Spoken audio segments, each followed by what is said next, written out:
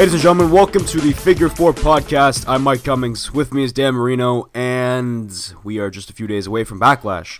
Now, Dan and I were supposed to have two shows this week. We were going to have this week's episode, the regular one, but also a recap for the Greatest Royal Rumble that took place last Friday in Jeddah, Saudi Arabia. But Dan and I decided not to do a specialty recap show for the Greatest Royal Rumble because Hell no. You know what?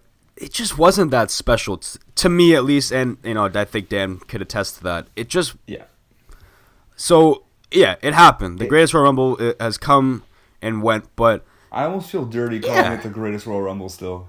Yeah, I mean that's the title of it. I know. It feels wrong. Like no, you're not wrong. It definitely does, but I'll be honest, I was not a huge fan of this event whatsoever. It felt very unnecessary, and it just didn't mean anything to me, at least. Nothing. And I feel like people can agree with that.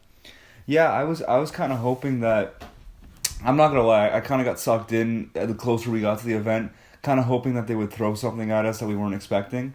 I was starting to buy in a little bit to Reigns winning the title again, like I said on the podcast last week, with Lashley interfering.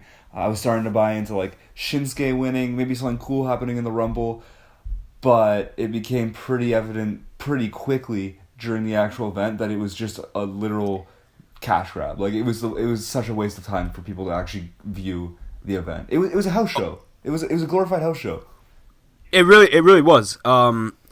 And it wasn't like the matches were bad. The matches were good. Like you have the people in there that are going to give good matches, but nothing happened. Nothing of note really happened. No titles changed hands. Yeah. The only one that awarded champions was the one where the titles were vacant. Yeah, exactly. And I felt like that was. Well, I was wrong on that, by the way. I said Sheamus and Cesaro were going to win. Oh yeah, that's right. Head back over to Raw. So I'll man up and I'll say that I lost that one. But I'm not upset that Matt Hardy and Bray Wyatt are the new Raw Tag Team Champions. But that was the only thing of note, and obviously that was going to be something of note. But no other title changes. And I think I touched on it last week. I was agreeing with you. I really thought Shinsuke Nakamura was going to win. Mm-hmm. And it would have made for a really cool moment. But, I mean, I guess it was a double count out, right? So yeah. Well, whatever. Great finish. Whatever they're doing with the with that feud, however they want to cap it off, is clearly going to be at Backlash. They didn't want anything significant to happen at the Royal Rumble. Yeah, and I don't know, man. Honestly, it feels so unnecessary to have this event. And yeah, I think a lot of people were behind Reigns winning, and he did. Technically he did win. But, storyline would have that he didn't, so, Yeah, it's just really dumb. Like you could see the commentators scrambling, because Reigns' feet, if you didn't see, Roman Reigns speared Brock Lesnar through the cage, as, it was a pretty cool spot, and both men landed outside. If you watch, and you don't have to watch closely, it's pretty apparent due to the camera angles, but Reigns' feet hits the floor first. Brock hits the floor first, but because he's on the cage, I mean, his entire body doesn't really technically hit the floor, and his feet are up in the air when he goes down. Reigns' feet literally hit the floor first, but they give the win to Lesnar. So, it was interesting how they had the referee scramble, but it was kind of a botched finish. That was the finish they were going for, obviously, but the cage didn't just break on its own. Yeah. But I don't know. I guess, accidents happen. Obviously, it's live TV. It is what it is. But Reigns spiked his head off the ground too. Like I didn't think a lot of people were talking about that, but I thought he was dead. I didn't catch that, to be honest. But I mean, I guess with a spot that dangerous. Yeah, that's what I mean. Like, because the first thing I looked for when they went through on the replay was to see where his head landed, right? Because that's what I worry about. And his head, like, he turns it a bit, but I feel like he must have really messed up his neck, because he went straight into the ground, like head first. Yeah, that's scary. Yeah. And I mean, that wasn't even... A lot of people were concerned, too, with Aiden English hitting his head when he got tombstoned by Undertaker. Yeah. So you guys gotta be careful in the ring, man. Like, obviously it's... It's not ballet, as we've heard many times, but that it's scary. It's a scary thing to see, but nonetheless, I think he should have been Universal Champion. I was pulling for him, but he didn't win. So I guess we won't see Brock Lesnar until SummerSlam, maybe. Yeah, probably. The weeks leading up to SummerSlam, we'll see Brock Lesnar, and he'll face 10 people, and he'll still walk away somehow. Get paid more per appearance than I will ever see in my life. Yep. Yes. That's fair. That's fair. All right. Well, the one thing, though, I will say overall, I think the one reason that made this pay-per-view watchable was the Titus fall. Dude, that was the funniest thing I've seen in a long time, wrestling or not. Now, first of all, I will have to say, that side of the ring, I'm pretty sure is usually an LED board. Yeah, on Raw and SmackDown, definitely. So I'm glad they made this change for whatever reason. And you might think, maybe it was planned. I don't think that was planned. No. That looked very botch, so that was real. That was definitely real. Yeah, I'm glad, if that was an LED board, that could have ended much worse. So yeah. I'm really glad that Titus is okay. But man, that was so funny. And you could tell, I think the real reason you could tell it's real, or I think the reason you could tell it's real is the commentator's reaction. Like, Corey Graves cannot contain himself whatsoever. And I couldn't either. I was watching that live, and I think a lot of people can agree. Yeah. Oh, my God. Well, that has to, moment of the year. When it initially happened, what was your thought process? Because when I saw it live, it doesn't actually, until they show a replay, you don't see him fall under. It just pans to him coming out of, underneath the ring. So yeah, at first I thought he was grabbing, I thought Elias went under the ring and he went to grab him, because all you see is him get up from under the ring, and then the announcers are just losing their minds and they show the replay. That's exactly what happened. I think once because the commentators were like, "Oh, what happened?" Yeah, and they panned back over to Titus coming out of the apron, and then I had a big grin on my face. I'm like, "Okay, what just happened? Was it a Hornswoggle thing, maybe?" Yeah. But no, I'm the camera angles they had for the replays. Oh my God, that is so funny. He slipped on Raw as well to distract Baron Corbin in his match with No Way Jose. I hope they don't make this a running gag. It was funny. They're going to. I know, don't make he's an ex-football player. The guy has the footwork, Yeah. And he's been WWE. I know he had the fall in NXT with the keg and all that kind of stuff, but I know they're gonna milk this. It's cool if they don't. That's me. You know what I mean? No, I'm with you. It's gonna lose its taste. It's gonna lose its taste, But yeah, that made the Rumble for me. But overall, I would say the Greatest Royal Rumble event was kind of awful. I don't know. Yeah, it was awful. Honestly, man. I was saying, because I told you on the podcast a few weeks ago that the Greatest Royal Rumble event was on my birthday, and I made the decision. I watched it on an hour or two tape delay, but I think I caught up by the end. I watched the end live, but I made the decision to watch it that day and not wait till the next day, and I very much regretted it, because I feel like it's one of those events where I don't blame your thought process there. Yeah, if I didn't watch the event at all, I don't feel like I would have missed anything. Nothing other than Matt and Bray winning the titles, which it's just one match. It was such a long event, and yet I don't feel like I saw anything meaningful happen. No, don't get me wrong. Don't get me wrong. The ladder match was cool. And the ladder match was cool, and we all knew it was going to be cool. Yeah, exactly. The Royal Rumble so I'm not upset about that. No, the Rumble was boring. Man. I know. It was so. So listen, like I said, I'm a fan of the Rumble match itself. So yeah, usually 50 man, I'm cool. But it didn't matter. Daniel Bryan sets a record. I'm happy with that.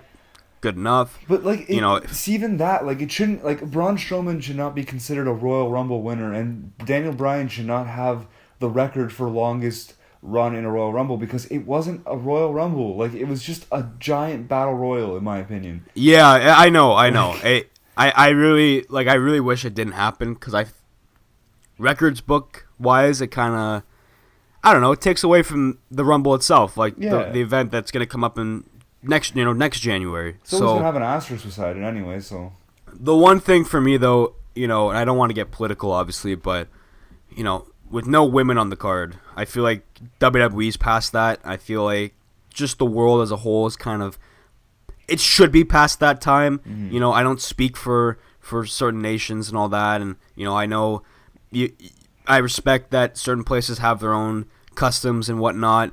The one with no women allowed at the Rumble, I'm not a fan of that. Absolutely not. Well, yeah. And the fact that WWE is like, maybe 5 years ago WWE could have gotten away with a show like this, but I think it's bad publicity that they have. I think I don't want to pardon the pun, but I think there's gonna be a lot of backlash on this one. For honestly, the only word I could think of. The only word I could think of. But good. No, seriously, it just. I think it's a bad move, and I agree with you. It's a cash grab, but yeah, it's just a gentle reminder that business always with all this like women's revolution thing going on, and me, I'm not gonna lie, it's one of those things that I've been kind of been able to brag about to my non-wrestling fan friends, which is 98% of my friends, is that same here. But I got that same percentage. Yeah, exactly. But it's it's nice to be yeah, well, you know what, wrestling's actually pushing women and letting them fight on the same cards and giving them main event spots and kind of not treating them equally just yet, but getting a lot closer than a lot of sports do, right? Yeah, exactly. And I mean, they do this because I can't remember how much, what did it say? They made $500 million to host that event. And it's my God, yeah, something ridiculous. Yeah, it's a cash grab. Like I said, gentle reminder that business trumps all. It's a business. I don't, I'm not sure if they're going back at any point. I hope not. Well, apparently they might go back in October.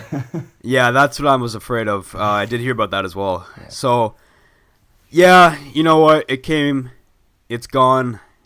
We can get it out of our memories because it doesn't matter. I think the selling point on that note, too, is that Braun Strowman won the not the Universal title. He won the Greatest Royal Rumble championship belt. Title, sorry, can't call it a belt. Championship title, and he came out on Raw a few days later and didn't have it. Didn't even have it. Yeah, that's I think that, I think that kind of solidifies it as just a glorified house show, as you said. So, yeah, it's in the past now. One thing that happened though, I'm not a huge fan of hearing about this. I'm just gonna throw this at you. There was the segment with the Saudi Arabian recruits for WWE, and they were interrupted by the Daivari brothers, Arya Daivari, who's on 205 Live, and Sean Daivari, who is an ex WWE superstar, employee, whatever you want to call him, manager, and Arya Daivari was saying that he received death threats. Yeah, I saw about that segment. That's taking it too far for me. He made a good point on Twitter saying he's playing a fictional character on a television show. That's exactly what professional wrestling is. Mm-hmm. I don't really, there really isn't much to say. Don't send death threats to him because he didn't do anything wrong. He's playing a character, you know what I mean? So yeah, well that's just sports and sports entertainment for you though. There's always going to be those nut jobs out there. That are doing stuff like that. It's worse than, you hear stories about soccer where someone misses a penalty kick and they get killed, or someone they love gets murdered. Because, I know, it's crazy. It's never over here, I guess. Yeah, it's a lot better. But I feel like that's more of a thing of the past. Again, there's certain places have different customs and all that. For sure. But yeah, I thought that was a little too far. Not calling anybody out, but just. I don't know, be smarter with that kind of stuff. Well, I feel for him. That's scary to think about. Of course, you shouldn't have to think about that. He's going there on a television show and he's getting death threats sent to him. But you know what? That's even just the age that we live in now, because it's so easy to do something as serious as sending a death threat to someone without actually having to face repercussions for it, right? That's very true. Because anything you do over the internet is not anonymous, but you feel like it's anonymous because you're behind a screen, right? So exactly. Well, that's just the day and age that we live now. Yeah. And I don't think I'm not arguing that's great heel heat. No, that's not. That's messed up. That's not what this is whatsoever. This is a very serious situation. So I'm very sorry for Arya. He's a great performer. He's a great heel, but nobody deserves something like that. So I really do feel for him. And one last thing for the Greatest Royal Rumble. I know we weren't going to touch on this long, but it was just kind of funny. So I guess there was a few requests for the Greatest Royal Rumble event itself. Two names in particular were requested, I believe, by the Prince, if I'm not mistaken. So I think one was The Undertaker. Well, okay, with three. I think one was The Undertaker, and obviously he was there. He defeated Rusev in a casket match. No big deal. Or no shocker there. But the other two names, unfortunately, were not able to make an appearance. The other two names were The Ultimate Warrior and Yokozuna. Now, Dan, why exactly were these two names not able to appear at this event? I think they're a little tied up. I don't think it was any. I think they were a little. Well, how long? Yeah, I think Yokozuna's been dead for like 18 years. It's almost 20 years. Yeah, almost 20 years. Ultimate Warrior, about what, 4 years, 4 or 5 years. It's not that hard to just we have internet. That's a quick Google search, man. Like, it's not that hard. You type in Yokozuna, it's gonna show that he was a professional wrestler. You know what I mean? Or same with Ultimate Warrior. So yeah, they didn't appear. So apparently, I guess to please the Prince and have some sort of sumo wrestler, as Yokozuna was, they brought in Hiroki Sumi to appear in the Rumble in a way to kind of replicate Yokozuna. Which was hilarious. It was something, yeah. It was, I don't really know, man. I thought maybe he was like a big deal somewhere, because I've never heard of him, right? So I thought like he was like a big deal on, I guess there. I don't know. And then, I read up about how they requested Yokozuna, and he was probably just like a replacement for that, and that was maybe that was the funniest part about the entire event. That was I got a good chuckle. Yeah, I was. That's just so odd. Again, I agree. I'm not into the sumo scene whatsoever, so I don't know who's bigger, who's not. Mm-hmm. But that was just so random. Yeah, that was funny. But it happened. So, Greatest Royal Rumble was a thing. It was a thing, and it's in the back of our minds now. And hopefully it doesn't happen again, but you never know. Let's just move on. Let's get out of there. Let's move on. It's Raw and SmackDown this week, just a few days away. The go-home shows for Backlash this Sunday. And, it was pretty straightforward. Both shows in Montreal, Quebec, Canada, as they say. And, some things happened. We had a cool main event on Monday Night Raw. Some cool pops. Yeah. And things, I guess, set up for the future. Some storylines. Pretty much just storylines furthering and furthering. So, I was a huge fan, as we mentioned, the pops. Mm-hmm. We're in Montreal. There's only two guys, that are going to get huge reactions. And they did. I'd say one was bigger than the other. I think we agreed on that. But it doesn't take away from the first one. Sami Zayn and Kevin Owens making hometown returns to Montreal, and dude, the Montreal crowd overall was fantastic, but for those two, like that, I haven't heard something like that in a long time. Yeah, those pops were awesome, man. I actually rewinded when I watched it live to hear KO's pop again. I thought they did an amazing job of still staying in character as heels, but working the crowd at the same time. You know what I mean? Like, they were almost fantastic, like working as faces, and it was perfect. It was. Canada crowds or Canadian crowds are great. You could, even when Jinder, I believe when SmackDown and Raw and SmackDown came to Toronto back in August 2017, Jinder was still WWE champion. He still got a reaction. Yeah, because everyone knows he's. I mean, if you don't know, he's actually Canadian. He's a good old Canadian boy. He's a good old Canadian boy. Not that you would never know that. He's from not that you're allowed to know that. Yeah, he's from Calgary, and so are the Singh brothers. Yeah, they're all from that region, so that's cool to know. But not the WWE will tell you that. I guess it's not as bad as Yokozuna being Samoan and being asked to play. I know, man. It's the I don't know. It's WWE for you, man. Really, they're pushing the envelope a little bit with these things. Always happen. It's a cool character, Yokozuna, but I mean, he wasn't from Japan. No, he wasn't in the slightest. So he's cousins with The Rock, actually. Yeah. It feels like Samoan everybody wrestler is cousins with The Rock. except for Samoa Joe. Funnily enough, for the only guy with the name Samoa in his name. My boy Samoan Joseph. Samoan Joseph. It looks like he's going to be fighting for the title after Backlash, eh? Yeah, yes.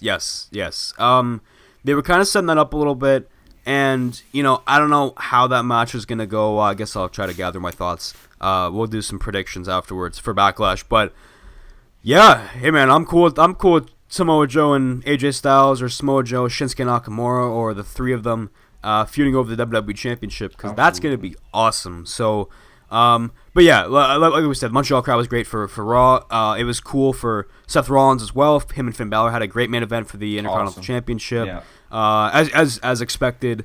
And Rollins obviously came through. He won the belt, or retained the title, I should say. And sent the crowd home happy, I'm pretty sure. So yeah, Montreal was awesome, and it continued over on SmackDown as well. But yeah, Joe, WWE title picture after Backlash. That's cool, man. I'm cool. I think he's earned that. Yeah, spot. It needs to happen. He needs to win the title in 2018. For sure. I think that maybe it's time for AJ to lose the title, and I'm going to touch on that from my Backlash prediction. Right. So, yeah, man. Honestly, Samoa Joe, he's in it, and SmackDown is so stacked right now. So, it's very cool to see Joe over there, and he has the possibilities for matches are endless. Daniel Bryan, Styles, Nakamura, Jeff Hardy, Randy Orton, the list goes on and on, really. So, he's a huge star, man. Really, he should be their top heel. I know Shinsuke's over there, but I'm just flustered at this point. Really, I'm kind of losing things to say. It's Samoa Joe. No, the guy needs to be WWE champion or be in that picture for the foreseeable future. Yeah, he's gonna be there. Joe is dynamite on the mic. He's excellent in the ring. His character work is awesome. And like I said last week, I think the best part about Joe is that he's great at everything, but he's one of the few heels in WWE that isn't a coward. Like he's very badass. True. Like it's awesome. It makes it hard to cheer, I guess, for older fans like ourselves. Mm-hmm. It makes it hard to cheer against them, but obviously for the kids, mm-hmm. you cheer against him because he is the full blown badass heel, mm-hmm. and that's good. That's what you need. So it's cool. I that's wrestling nowadays. You cheer for the heel, right? And that's why everyone chants Joe when he comes out to the ring. Oh, and his song and is everyone's awesome. cheering. Oh, I love it. I love it. It song. has a great beat. You can chant Joe to a beat. It's cool. And obviously, when he's in a ring with Roman Reigns, majority of the crowd is gonna boo Roman. So it's easy to cheer for Joe in that sense. But you'd be cheering for Joe regardless, I think. So it's awesome. And yeah, that's gonna be cool, man. I think after Backlash, things can finally settle back into WWE. They can settle back into a groove and not worry about these WrestleMania type pay-per-views or WrestleMania itself, and we can it's smooth sailing from here. So we'll have a clearer, I guess, picture as to see where Joe goes going forward. But yeah, man, that's gonna be cool. One thing I did see on SmackDown that I was not a fan of, Lana. Listen, I love Lana. We all love Lana. She's awesome. She's also not Russian. As we were just touching on with these fake characters. Well, but she was kind of dropping the accent a bit there, right? She was. I feel like that. I don't know how that's gonna play out. That's gonna be very. Yeah, she was. Is she phasing? I don't know. Is she phasing it out though? Because it was like at the end of certain sentences, you can kind of hear it again, and then she was back to talking like normal. Like I know she was talking very quietly. Yeah, it was weird, right? Like, yeah.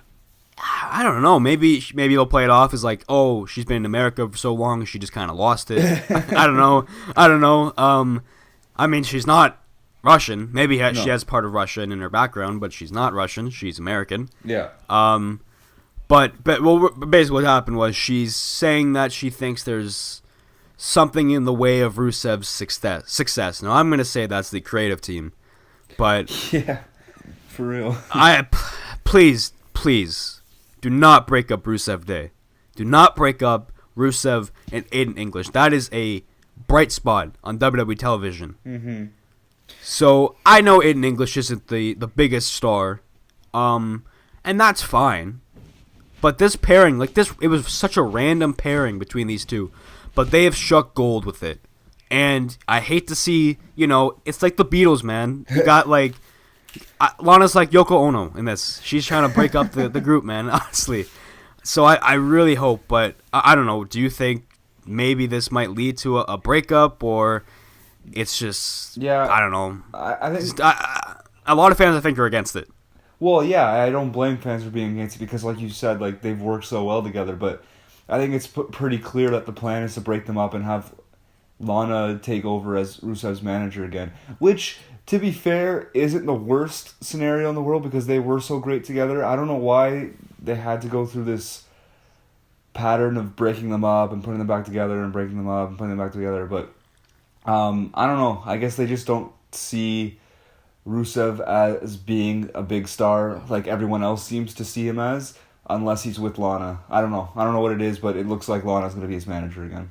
Yeah, I mean, I get that. It just sucks to see him and Aiden English split, but... No, I'm with you, man. I think they're awesome together, but WWE gonna WWE, right? So... and as they always do, but really, if they do go through with this, they really need to make Rusev... I'm not saying, make him WWE champion, but make him something. No, he should be in the main event. He should be in the main event scene at this point. He should have a title right now. Yeah. He doesn't. And, he's in these random... okay, I'm not going to dispute it. He got to face The Undertaker in a casket match. That's cool. Yeah. Not a lot of people can say that. But it didn't help, because we knew he was going to lose. Yeah, exactly. He got squashed, right? So Yeah, pretty much. Obviously he put up a fight. I think they had about 10 minutes. He had a bit of a fight, as you're supposed to. But, he still lost ultimately. Mm-hmm. So it doesn't really matter. It doesn't matter. We're just going to remember the loss. So, again, it's a cool match. It's a cool concept. But it didn't really help. So, I really hope this is the year of Rusev. I doubt it highly just because WWE gonna WWE. So, yeah, we'll see what happens with that, man.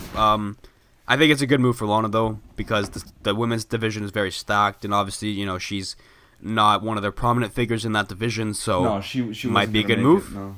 Yeah, it's kind of like Dana Brooke on Raw with Titus Worldwide. Yeah, maybe not the same level, but yeah. Yeah, okay, well, but in that sort of managerial role. Yeah. So, for sure. So yeah, we'll see. I don't know, man. I know they're just gonna send it. Sorry about that. I know they're just gonna send Aiden English job to job and all that kind of stuff. So I don't know. I feel for the guy. I think he's a great talent. Yeah. But yeah, interesting. Maybe they shouldn't have released Simon Gotch. Yeah. I don't know what happened there. Just saying, vaudevillains are cool. But anyway, I forgot all about that, man. I honestly totally forgot that was a thing. Yeah, they were a cool tag team. NXT, they had great matches as really heels good. and as faces, and then obviously with WWE and Vince McMahon, when you come up from NXT, well, you're gonna get a little bit of a repackage. Not that they really had one. It was it was still the same thing, but it's oh, you're from NXT and you're a tag team. Yeah. No success for you two. It's not. No success. Yeah. The Ascension. I'd even argue American Alpha. I know they had the SmackDown Tag Team titles, but they weren't what they were in NXT. Yeah. Oh, the Revival. The Revival. Yeah. Long list. Very long list of that. So. Yeah. So yeah, poor English. I feel for him. One last thing on SmackDown. The cast segment, the big cast segment. What was the guy? I don't know the guy's name. Very French name. The little guy. Yeah. It was cool. Kinda. I don't know. It was different. I appreciate how it was different. Yeah, like I said last week, I really like the fact that they're probably going forward with a feud that's based around Cass being this 7-foot-tall monster that just hates little people. I feel like that's a feud that they have in... I feel like that's a hate crime. It probably is, but like he's a heel, so go ahead and do hate, like commit hate crimes on TV and shit. But like, no, I'm not gonna advocate that, but no, but you're in your own boat there, man. No, I just think it's a cool. Like, no, I got it. Daniel Bryan's character is, like I said, he's undersized, but he's a fighter. Like, he's the underdog, and Cass is the kind of guy that, like, you know, I guess in storyline, he's the kind of guy that's seeing all the popularity Daniel Bryan's getting because he's so undersized and because he's an underdog. And the theory is that he's like, well, this isn't fair. Like, what? Because I'm big and I'm talented, I'm not getting the same spotlight as someone who's winning despite not being all that. Like, I should still be the guy, right? So I kind of like that his whole thing is that he wants to beat up the small guys in the WWE. I thought the promo was pretty good, I guess, and the whole beating up the little guy was alright. I'm still willing to give Cass a chance. He hasn't had like a terrible promo yet. He hasn't had like an A+ promo yet either. So I'm interested to see how he does in the ring with Bryan on Sunday. Yeah, I mean, you know, they had a bit of an interaction at the Rumble. Cass eliminated Bryan, which was so obvious. I knew that before the match. Yeah, I mean, we saw it coming. Yeah, you know, it's. I'm agreeing with you. I'm gonna give Cass the chance here because I mean, I think we're gonna have to regardless because we're gonna keep seeing him, and that's fine. Yeah. It's different, you know. I like how it was different, and he kind of came off as an a-hole. I don't want to swear. You know what I mean? Like, yeah. It's like, okay, Cass, we get it. Like, but what I love about it's like, okay, Cass, how many people look like you? Yeah. There's not a lot. I'm 5'8". You know what I mean? Like, yeah. I'm more Daniel Bryan. Yeah. I'm definitely not in shape like Daniel Bryan. But, you know, like, the average height is, like, what, 5'9"? Yeah, but I guess his whole thing is that he believes that the elite, like, specimens, I guess. Oh, I know. I get it. Yeah. You know. He has to stop saying though that he used to look like Daniel Bryan because no one is I know like no one's buying that. No, like, I mean, yeah, you probably did at one point in your life, obviously, but don't say like, oh, I just decided to grow. Like, no, you just grew. Yeah, maybe you ate differently or you worked out, whatever, but yeah, don't say like, oh, I used to be a small guy and now I'm big. Like, yeah, okay. It's weird. You're you're 30. You've been a big guy for a long time. Yeah. You know what I mean? But, you know, I like his mentality. You know, it's very old school, and I think that Bryan could kind of use that. You know, like, this isn't the 80s anymore where the big guys get the pushes. It's, you know, it's all about talent now. And really, like, Daniel Bryan is the personification of the small guy with talent because he is a phenomenal talent and phenomenally talented wrestler. So, yeah. That I think that could play into it. I don't know how their match is going to go on Sunday, and again, I'll use some time to brainstorm for that, but it's an interesting feud. I don't think it's the one people want to see right out of the gate. I think a lot of people want to see Bryan feud with The Miz, but, you know, it's kind of a cool filler feud. Yeah, because they're building up to that still. I think that's going to happen at SummerSlam.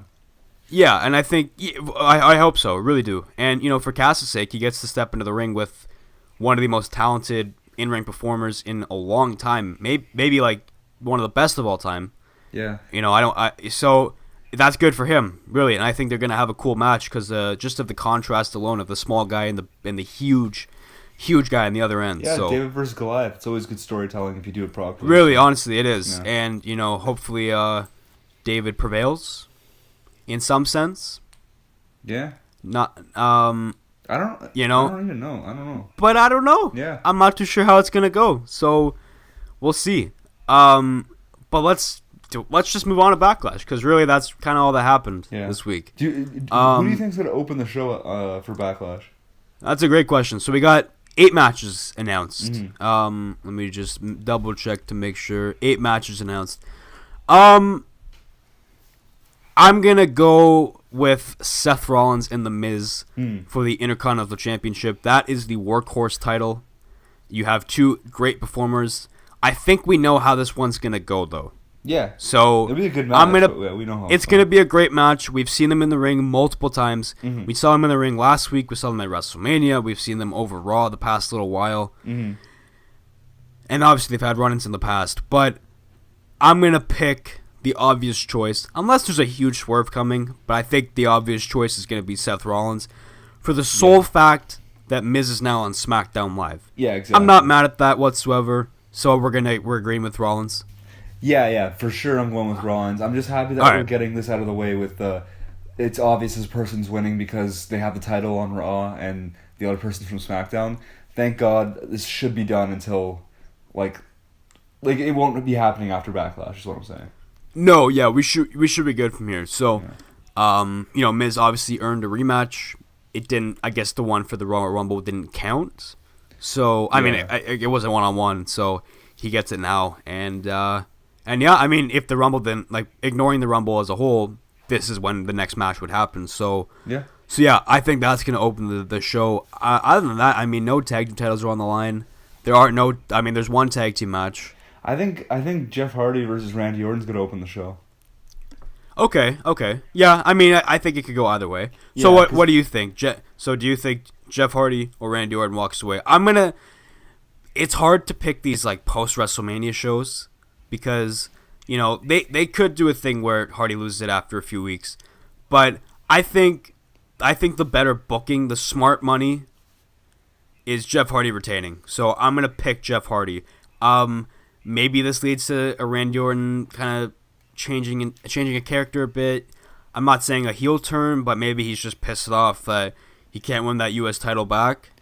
Yeah, but I don't know. That's interesting. I mean, they've had a feud before. Remember when Jeff Hardy did the Swanton Bomb off the stage and nearly killed himself? So as he does. I think I'm gonna pick Hardy. Is that the one where JR's yelling at Jeff to think about his family? Is that where yes, I believe so. Yeah, I believe that's the one. That I love that. Oh man, JR. No one's gonna come close to JR. No, never. But what's it called with this match? Legendary. Yeah, but this match, I think Jeff's gonna win. I don't know. It would be kind of just. I feel like if Orton wins, there's just gonna be a collective sigh from the crowd. You know what I mean? They gave him his U.S. title win right before WrestleMania. He's a Grand Slam champion, all that noise. He just lost the title at WrestleMania. It doesn't make a lot of sense to me. It doesn't make a lot of sense for me that he would win it right back against Jeff. I don't know. I think Jeff's winning, and I think you might be right that Orton needs a change because he's just been so boring for so long. There was a brief point when they were leading up to the Wyatt feud where it looked like it could be interesting, and then when it actually did happen, when Orton turned on Wyatt, it was awful. Other than the House of Horrors match, which was amazing. But we saw, I think it was pretty straightforward that it was coming, and it did, and it was it's all right. Yeah, well, they did that thing where he burned down his house or something, or Sister Abigail's, whatever. Which I still think is a crime. That is definitely a crime. He is not a face. He's a heel. What is that? That's arson, I believe. Yes.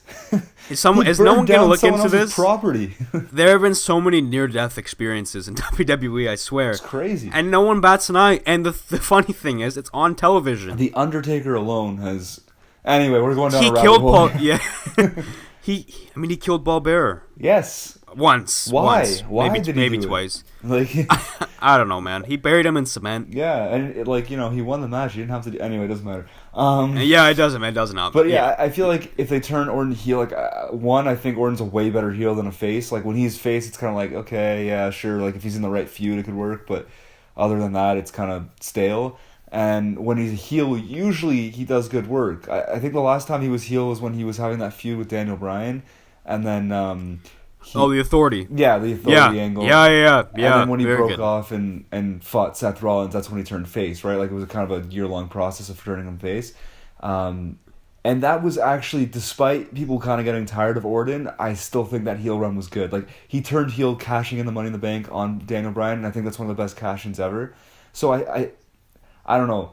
I think there's a chance that Orton never becomes interesting again, as sad as that is to say, because he is one of my favorite wrestlers ever. But if he ever is going to be interesting again, it's probably going to be as a heel. Yeah, and I think you can argue that for pretty much every superstar. You know, if you need to freshen them up, make them heel. You know, it's happened in the past. And look at the Usos. Like they so good. They were so fun to watch as faces. You know, they're cool to watch in the ring. Great chemistry, obviously. You can't really tell who's who, unfortunately, but you know, they needed that attitude change, and they went heel, and they became one of the best things to come out of the draft. One of the best things to come out of this recent brand split. So, you know, it just takes that to kind of liven things up. And I definitely agree with you. Orton's run with the Authority as a heel, it was cool, and it was, you know, it felt like to me, it kind of felt like Brock Lesnar, in the sense that he had the machine behind him. You know, exactly. And it was fine because at least Orton was there every week. You know, it's not like Brock, who I'm not a fan of, with the title, but that's just me. But I definitely agree. So it'd be cool to see him as a heel. I mean, SmackDown has like the top heels now, Nakamura, Joe. We've touched on that, and Cass now. So you know, I don't know. I'm not really too sure. It seems like Orange is kind of doing his thing, and he just kind of doesn't care. So I don't see them turning him heel. Yeah, I wish they would, though. Honestly, like, after the match, he could give Jeff Hardy an RKO like we saw this past week on SmackDown, and could still be a face going forward. So, the one thing I don't know. We can look forward to is if Orton does win, which, again, I hope doesn't happen. I don't think will happen. But if it does, we're going to see a really cool RKO.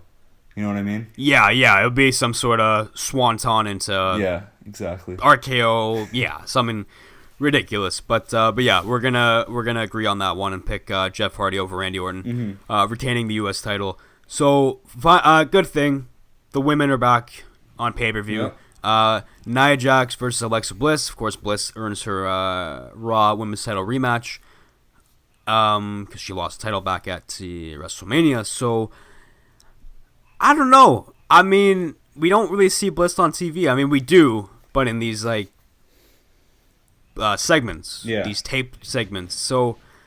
there hasn't really been too much on-screen build-up in that sense, so I don't know. I don't really know what to think of this one, to be honest. I feel like Nia's gonna win, and just kind of move on. I think it's time to move on.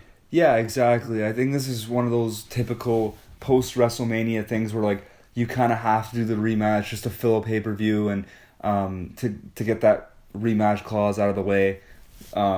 But yeah, Nia's definitely gonna. Like, it wouldn't make sense for her to win the title at WrestleMania and then drop it the next month to Bliss, who was either SmackDown Women's Champion or Raw Women's Champion for the better part of the last 2 years, right?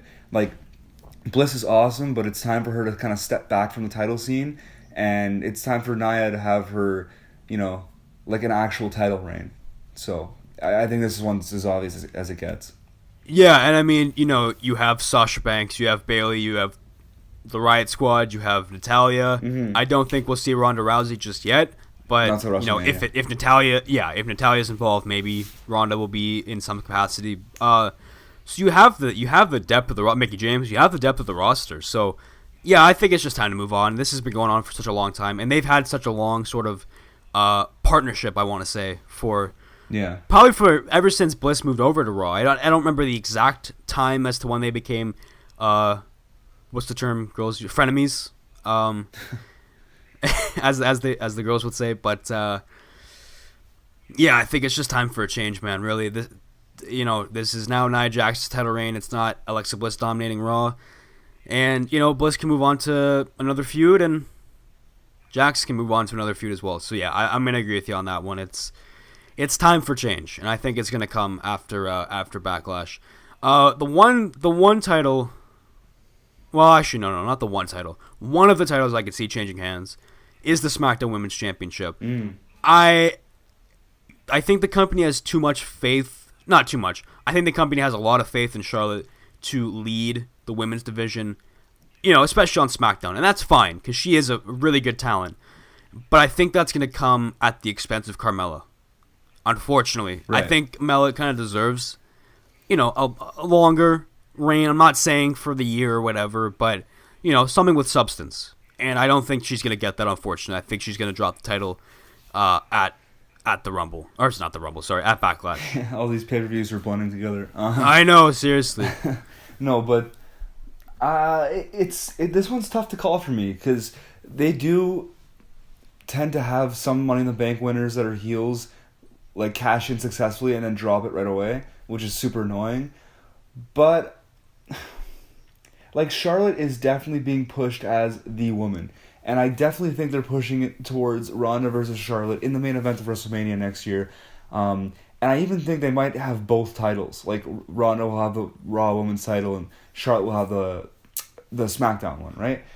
But I do feel like they're gonna push that off for Charlotte just a little bit. I think Melo's gonna win in like an interesting way, like I don't know, a count out or a roll up, or I think she's gonna win in a screwy way and hold the title for a few more months, maybe till SummerSlam, and then Charlotte takes it back and then has her run. Or even I can even see Charlotte not having the title again until Royal Rumble. You know what I mean? Like, yeah, I mean that's a good point. She could obviously have multiple reigns. Yeah, like you can have someone like her carry the division without being the champion, and I think that's what they're gonna do for the next few months. Now here's the issue with SmackDown. Asuka obviously is a champion. She should be a champion. But who's gonna beat her? So that's the question. I don't even know, man. That's okay. You know what? Never mind. Just disregard that for a second. Yeah. It's tough, man. You know what? I would like to see that happen. I'd like to see Carmella come away because, like I said, she needs to have something with substance if they want to make her something believable. But 100%. And I'm actually really interested to see how she's gonna go. Like how she's gonna be in the ring with Charlotte, because I know Charlotte can go. Like Charlotte is, in my opinion, probably the best female wrestler. I think she'll be okay in the ring. And with Carmella, the thing with that, all I've been hearing about her, because she hasn't really wrestled too much on TV other than like recently in tag team matches, but I've been hearing a lot about how much she's improved in the ring. So like, now I want to see it. I'm really interested to see I'm willing to give it a shot, and I'm interested to see how she's gonna look on Sunday. Yeah, for sure. And she's a great character too. Yeah, her promos have been pretty good. Yeah, promos are cool, and she comes off as very annoying. No disrespect to Carmella. Well, that's the point, though. But that's her character, right? Yeah. So it really works out for her. Like that. I think it was last week, not this past week, last week, where she kept replaying the highlight package. Oh yeah, that was brutal. The I believe it was the Melibration, or something like that. Yeah. And she kept replaying it. That was like very funny to me, as annoying as it was. Okay, like I didn't actually find it annoying, but I know that's what they were trying to get. But it was very well done. Like she was not having it with the crowd. She says, okay, we're gonna do this again. Don't boo me. You're gonna cheer this time. I thought that was awesome. Yeah, no, it was good. It really played into the crowd, and the crowd was really into it. So, I think that's awesome. That's awesome feud building, because obviously Charlotte came out and just, kicked the crap out of her. Yeah. But yeah, I don't know, man. I'm gonna have to go with Charlotte, unfortunately. I don't mind seeing her as champion. I like seeing her as champion, but I want to see Mella have some substance in her title reign. So yeah. I don't think it's gonna happen. Well, I don't, unfortunately. My pick is I don't know who's gonna win, but my pick is that Mella will retain the title. I don't know if she's gonna retain it through like, again, a screwy way, like she actually loses by count out or DQ or something like that, but she keeps the title. But I'm picking her to retain. Or maybe or maybe the Iconics. Yeah, exactly. They interfere. That's true. They're kind of in this feud now, so yeah. You know what? Like I have that is in the back of my mind. But I'm gonna stick with my pick and say that Charlotte walks away. But that sort of screwy finish is in the back of my mind, so I'll give you that part. Braun Strowman and Bobby Lashley. So these guys, probably the two most dominant forces on Raw, aside from Roman, are teaming up. Big dog. The biggest of the no. That's over with. Strowman and Lashley versus KO and Sammy. How quickly do Owens and Zayn lose? 5 minutes? I was going to say over-under is like 4.5 minutes. I don't know. Yeah. Listen, Kevin Owens and Sami Zayn are two very, very talented performers. Yeah. And even though WWE says they're changing, and we've seen it with Daniel Bryan, this is the land of the giants. Yeah. And Braun Strowman and Bobby Lashley are nothing but. So, I'm going to assume this leads to a feud between the two of them. You know what I mean? But, yeah. Yeah, this just like feels like a way to get all 4 guys on the card without actually giving them a proper feud or match. Seriously, yeah, exactly. I think the way WWE sees it is that KO and Sammy can afford a loss right now, even if they look really bad, because they're just so dynamite at everything that the crowd is so behind them. Like, they can afford to get squashed in 5 minutes, even though I wouldn't book it that way. Like, they can afford it, whereas Braun and Lashley, like, that's the kind of matches that they need to have, where they just squash guys in 5 minutes. So this is a match. It'll happen. I'll probably be sad, and that's that. I don't know. Yeah, well, I'll be sad, man. I'm really. starting to hate the way they're booking Braun, man. I'm not gonna lie to you. I don't like that he threw out like 5 really awesome superstars in a row in the Greatest Royal Rumble. I don't like that. See, he dominated the chamber, right? Here's WWE's problem. I'll tell you WWE's problem right now, and it's happened over the last few years. Now, I can't comment about everybody in history who they've tried to build up, but I'm not everybody was thrust into a main event spot. Not everybody came in and was supposed to set records. Like Sasha Banks, for example, okay? She's a great performer, and, you know, obviously she has a lot of star power, but she's already, what, a 5-time Raw Women's Champion, something ridiculous like that, right? 4 or 5 times, yeah. WWE will not acknowledge her reigns being so short. They're only going to acknowledge the fact that she's won it 5 times or 4 times or whatever. Yeah. So they're trying to already build her up as like this Hall of Fame. I'm not saying she's going to be a Hall of Famer, but, you know, 5 title reigns, that's no slouch. You know what I mean? So they're doing things too quick. WWE is too impatient with pushes. They want to make these stars so big, so fast that there's nothing really to go off of anymore. Yeah. You know what I mean? Like, we've seen Sasha and Bayley tear the house down, and now we're just it's a throwaway match on Raw. Yeah. No, I'm with you on that, yeah. You know what I mean? So I think that's the same thing with Braun. I don't know if I'm explaining it out like fully, but WWE tries to rush things. There's no patience with them. They're like children. You know what I mean? Yeah, no. And everyone's impatient. I'm very impatient as well. But with Braun, they're gonna push him to the moon, and that's fine. I mean, he hasn't won the title yet, but now he's like a dominant force who cannot ever lose against like the big time stars or anything like that. Yeah, he hasn't. Like, it's annoying. He didn't really have that transition period into being a guy who, like, oh, okay, Braun, you're now in the main event scene. Let's see how you do. Yeah. It was like, Braun, here you go. Well, you know what I mean? So it's not even just him fighting in the main event scene and winning and all that stuff. Like, it's just the way everything happens. Like, in that chamber match, every single guy in the match did their finisher to him, and then he proceeded to eliminate every single person except for Roman. Like, he eliminated 5 people Obviously. in the chamber match, right? Like, yeah. Or 5. I don't. Oh yeah, 5. Yeah, because cool. there's 7 person. Yep. Yeah, forgot about that. And like, it's almost like his push is coming at the expense of guys that I actually want to see win matches or look strong as well. Like, I don't know, man. I get that you have to make him look strong. I am fully on board with him winning every match for a little while, but he doesn't need to, like, I don't know. He doesn't need to beat Cesaro and Sheamus single-handedly at WrestleMania. The thing too, like, to kind of go off of what I was saying earlier, like, he's already a huge star. You know, people love seeing him. You know, when you see him, you're going to get something awesome. He's a great spokesperson for the WWE. And he's just thrust into, like, this big spot. And now he's kind of gone away from the big monster heel. And now he's like a big face. So it kind of seems like pretty much what I expected was he was going to maybe win the title or just kind of be always in the title picture as the monster heel. But now he's kind of, you know, he's seen the light in a sense, and now he's a good guy. I mean, he's still kicking ass. But I don't really know how to explain it properly, but I feel like they rushed it. Yeah, I feel like they pulled the trigger way too quickly on having Braun become the company face. He's not the guy. Roman is, as we know. Yeah. But he's one of the guys. And I'm not saying he doesn't deserve it. Like, don't get me wrong. I'm not saying that whatsoever. But I feel like WWE said, here you go. So, I don't know. Like, I feel like they're getting to that point. There's nothing much else Braun can do except win the title. Yeah. If that makes sense. No, yeah. Everything, all these cool things he could have done, you know, eliminate everybody in the Elimination Chamber, dominate the Rumble match, it's all happened. You know what I mean? And now when you see it, it's kind of the expectation that's going to happen. So it takes away from it. I feel like they could have stretched that out a bit longer.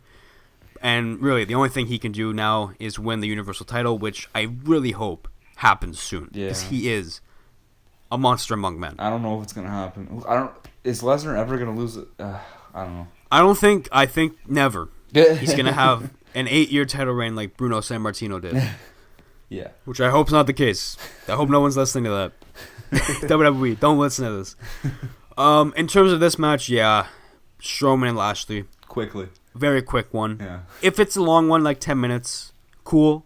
But we know what's going to happen. So, yeah, that's a thing. Daniel Bryan and Big Cass. We did touch on this one earlier. Cass in a screwy finish. That's me. Yeah. It has to. It has to. You can't. I don't think Daniel Bryan losing cleanly helps anybody, and I don't think Cass losing in any capacity helps anybody, unless it's by, like, disqualification. Yeah, no, it's fair, because, like you said, like, Daniel Bryan could always afford to lose because he's Daniel Bryan, but, like, it just wouldn't be smart to book him to lose, especially right out of the gate. And Cass is, like, this guy that you're trying to build up from the ground, so it doesn't make sense to have him lose anytime soon either. I really don't know what's going to happen with this match. If I had to pick someone to win clean, I think it would probably be Cass, to be honest. But, yeah, I think it's going to be something screwy. I'll just say Cass wins. Yeah, I'm going to go with that. I'll give my 2 predictions then, as I did already. Cass... Okay, 3. Cass clean. Cass by a screwy finish, like a low blow or something. Well, I guess that he can't do low blows, right? That's not his thing. Or Daniel Bryan by disqualification. Actually, you know what? I'm going to change my pick. Okay. I'm going Daniel Bryan by roll-up, and then Cass beats the living hell out of him after the match. That's what I'm picking. Okay. I think we can agree on the fact that Cass is going to walk away, not Bryan. Yeah, exactly. I don't know if Daniel Bryan can roll Cass up. Is that possible? Well, Probably. I guess we'll find out. I guess we'll find out. He is a great wrestler, so I guess we'll find out. But yeah, Cass will stand tall in that one, and that's not just because he is 7 foot. Never mind.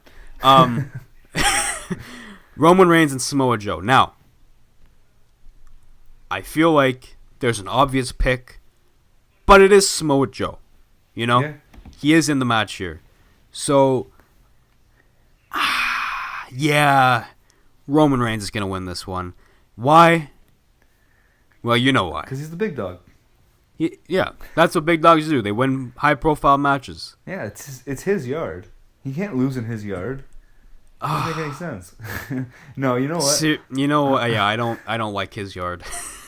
I'm not a huge fan of his yard, but yeah, I feel like this one to me feels obvious, but I could be wrong. I'm gonna go against the grain here. I'm gonna go with Joe, just because, like I said, I think they're building up to him fighting for the title, and yeah, he's gonna beat Reigns. Maybe they'll play it up like Reigns is still beat up from Lesnar or something, but I think Joe's gonna win.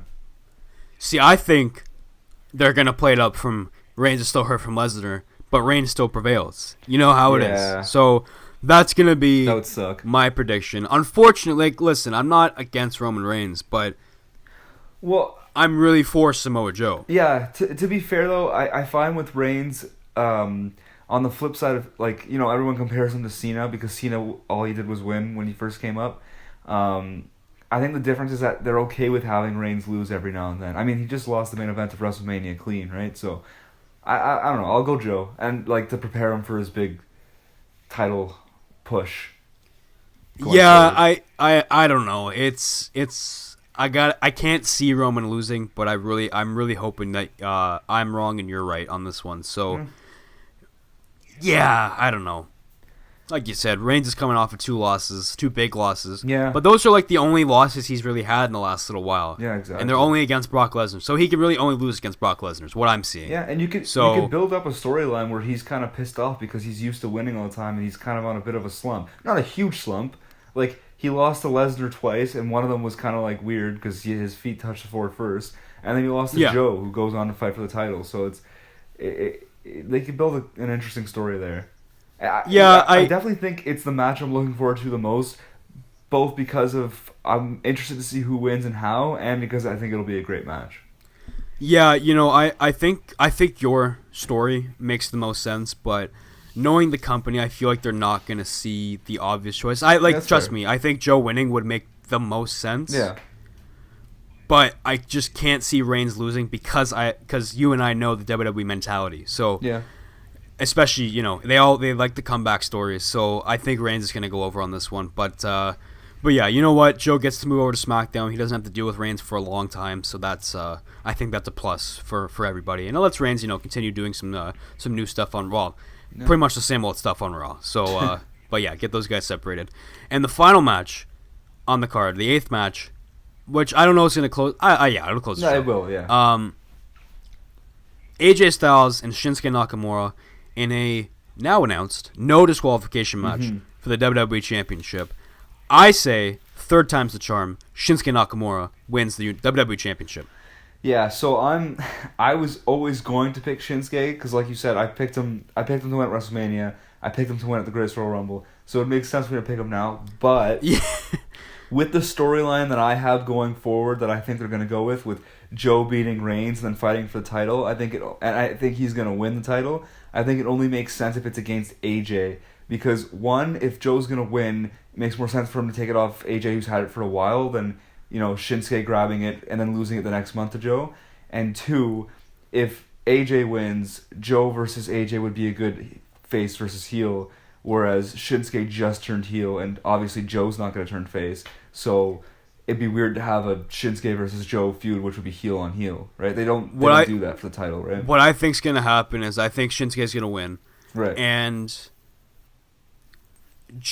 and that's going to obviously continue a feud between Nakamura and Styles, because then AJ is owed another rematch, and it keeps going and going, right? Yeah. I think Joe steps in and says, okay, you guys have been doing this for a long time. It's time for somebody else's turn, and it's my turn now. So I think Nakamura wins, and then the next title match is a triple threat match. Yeah, I could see that too. I could also see Shinsuke winning and then AJ having a rematch with him at the next pay-per-view, and then Joe kind of, squashing someone for a few pay-per-views, and then Joe getting his title shot at SummerSlam. I can see that too. Okay. But okay. I'm going to go with AJ winning, and again, facing Joe immediately after, and I'm going to say AJ avoids getting hit in the nuts, and this time gives Shinsuke a taste of his own medicine. That's what I think is going to happen. I think we'll see I think Styles will give a low blow to Nakamura. Yeah. But I think Nakamura is going to use the no DQ to his advantage, and I also think that he's going to use Styles' emotions to his advantage. Yeah, so, maybe.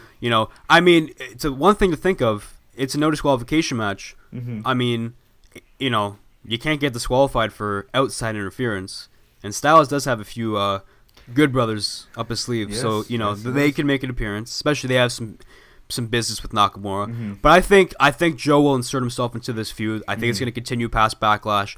And Joe, like we said, he's not, like, to add into what we've said earlier, he's not the heel who's going to side with other heels. Yeah. He's for himself. It's face versus heel versus Joe. So it's true. I think that's what's going to happen. I think we're going to see a triple threat match down the road. Or, Joe inserts himself into the feud, and maybe he doesn't get into the title match itself. Maybe he'll interfere in some sense. Maybe Styles will win it at that point. But I think Nakamura is going to walk away with the WWE title at Backlash. And I think it's overdue at this point. So yeah, it is. That's my prediction. His heel work has been great, in my opinion. I love the whole targeting the nuts thing. So I'd like to see it, but we'll see what happens. Yeah, I think it's going to be a good show. It's the first co-branded non-WrestleMania-like event for the WWE. Yeah. In this new era, this brand split era, let's say. So it's cool. Like we touched on, I think, before we started recording. It kind of takes away from some guys and girls getting a spot on the card, because it's now just going to be filled with title matches, and that's fine. Yeah. Well, you get guys like Finn Balor who aren't fighting, right? Exactly. Like, obviously the Universal title match isn't going to be ever included in these type of events. The tag titles aren't on this show, but they will be on the next one. I'm going to assume Money in the Bank, I believe, is the next one. Oh, I love Money in the Bank. Yeah, you know what I mean? So, guys like you said, Balor, Rusev, they're not getting spots on this show, unfortunately. But, things happen, right? You got to just, Yeah, for like sure. That's the thing. Like, we agreed on it moments ago. they threw in Strowman, Lashley, Owens, and Zayn just to have them on the show. Yeah, exactly. They threw them in the same match. So, yeah, I think it's going to be a good show. I hope no one does interfere in the AJ Shinsuke match. I hope they just have a really good match. Oh, me too. Yeah. Me too. Especially after the double countout. Yeah, exactly. At the Rumble, for sure. But I think Joe will insert himself afterwards. Mm-hmm. But I think Nakamura is going to walk away with the WWE title. So yeah, I think it's gonna be good. It's gonna be a good show. I'm looking forward to it, and it's this Sunday on the network. And yeah, should be cool. Yeah. We're kind of going long here, so I think we're gonna wrap it up. Just gonna throw this at you very quickly because I forgot to throw it earlier. Mm-hmm. It seems that there might be a returning superstar to Raw. As we saw, PW Insider, we tweeted this out, but we quoted them, of course, or sourced them. PW Insider reporting that Jason Jordan, who has been out since January, everybody's favorite Kurt Angle child, Jason Jordan. I don't know. Favorite Kurt Angle child. Okay, I like that. I mean, he is. Anyway.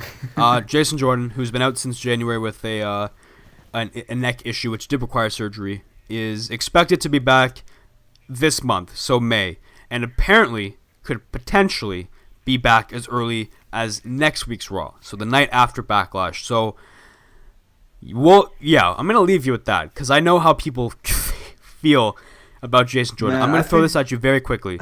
Will he get the same push he was getting before he was injured? Oh man, that's tough. I just want to say I think he got a bad rap. Like I actually kind of like the whole annoying shtick he was doing before he got hurt.